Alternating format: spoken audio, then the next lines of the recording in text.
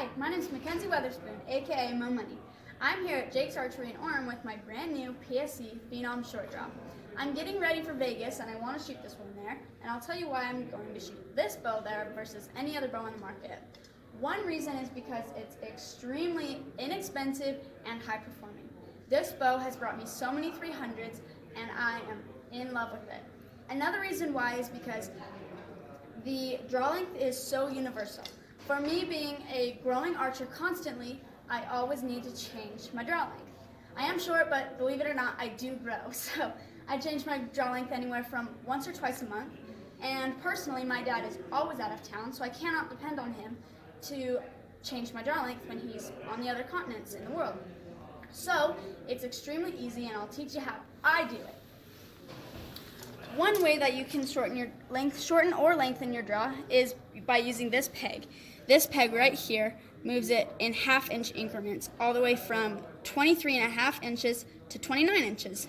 Another way you can do it is by moving this peg. This controls your let off, and you can move that anywhere from 75% let off to 60% let off. You can move it one forward or one back, and that fixes everything between let off and draw length. Another reason why, and personally my favorite reason, is because of the limb bolts. You can lengthen and shorten your draw length by taking turns in and taking them out and putting them in your limbs. Last but not least, more complicated way, but still nonetheless effective, is by taking twists out of your string and putting them in your string. I'll teach you how I do it later on when I set my bow up. So what I was previously talking about when my Phenom shot a 300s or more 300s than usual, I was talking about this bow. Right now we're going to try and transfer everything on this bow to this bow, and we want it to be almost the exact same so that we can eliminate how much time we spend tuning it and trying to figure everything out again. So one way that we're going to do this is we're going to measure from the peep sight to this bolt right up here to figure out where we need to put the peep sight from this bow onto this bow.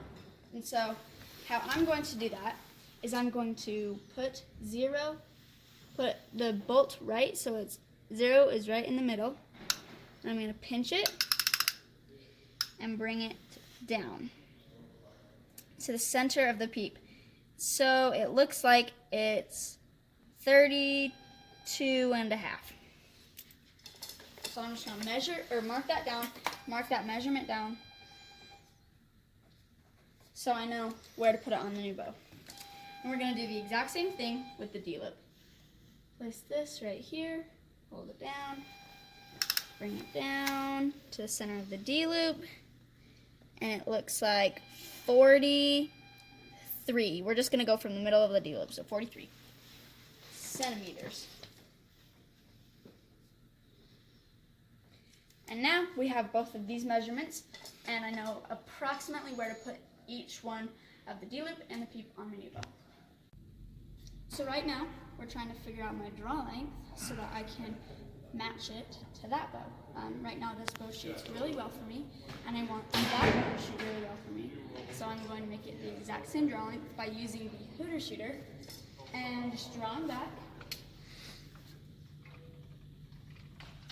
all the way to the draw stop, which is down here. It's that bolt right there.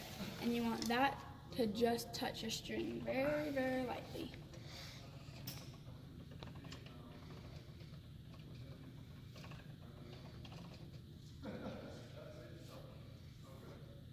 And as soon as I got that touching my string, I can take a pencil right here and just mark it,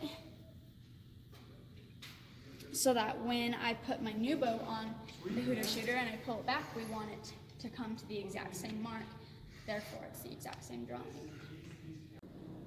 So right now we just put this new bow in the Hooter shooter, and we're going to pull it back and see how far it's off, and if it's exactly perfect on, then we got lucky. But we're going to pull it back now to see how far it might be off and what we can do to fix that. And again, we're going to make sure that the stop hits the string perfectly and it's not too hard on the wall. Just like that.